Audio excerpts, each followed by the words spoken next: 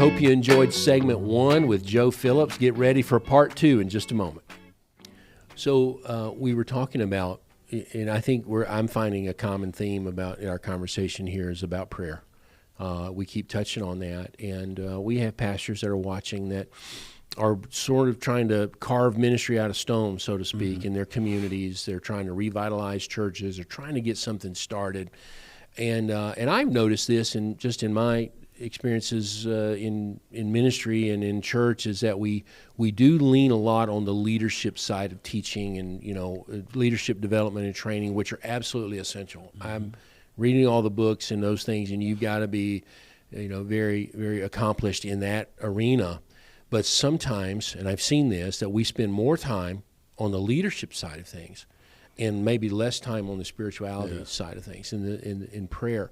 How important, because you've pastored churches, you've evangelists, you've served in so myriad of things, myriad of different areas of ministry. How important is that prayer life, and should it outweigh your leadership training and development? That's another great question.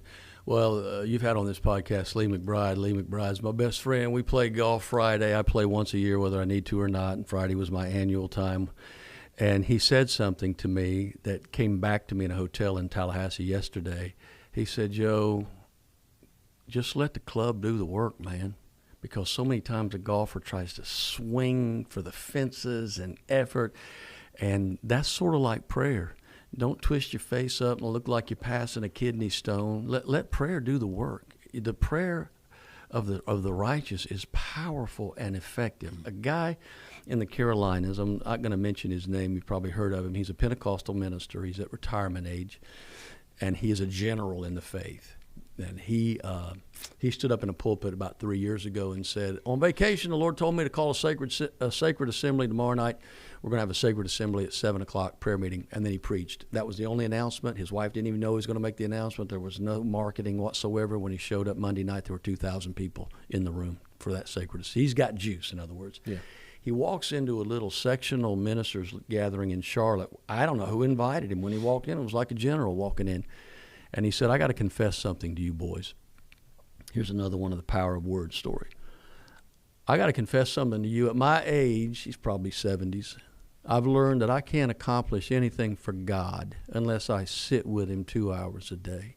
He said, now, boys, when I'm talking about sitting with him, I'm not talking about praying, writing in my journal, reading my Bible. I'm talking about sitting there when every thought in my head jumps like monkeys from branch to branch, and everything in my spirit screams, get up and do something. And then he quoted Isaiah, I am waiting on you to wait on me. And the moment he said it was another one of those deals where I said, I got to do that. And I immediately started that practice. I hadn't gotten to 2 hours yet. A couple times I bumped up against an hour. Do you know how hard it is just to sit there and do nothing? Just sit there and listen. But I have discovered that when I do that, the club does the work. It takes a lot less time and a lot less effort. When I've sat there for 45 minutes and I start talking to him, there's a scripture that says God's in heaven and you're on the earth, therefore let your words be few. That's what's happened to me. I just sit with him. And it's like, I told Jay Stewart, a friend of mine, when you do that, it's like a den and company's coming over and mama runs through and she's straightening up everything. When you sit there, your spirit just starts straightening everything up. Straightening everything up and getting everything kind of in order. So, yes, vital.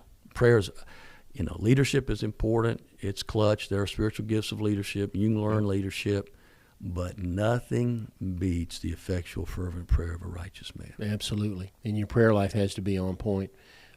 Recently, in my personal devotion time, I have really just been camping out in Psalm 91, where it just talks about dwelling in the shelter, dwelling and camping there, living there, being there. It becomes where you are, and proximity is everything.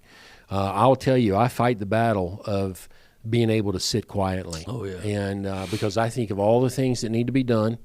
I know that there are so many hours in the day. Pastor, we all know that. There are only so many hours in the day, and you've got to get so many things accomplished.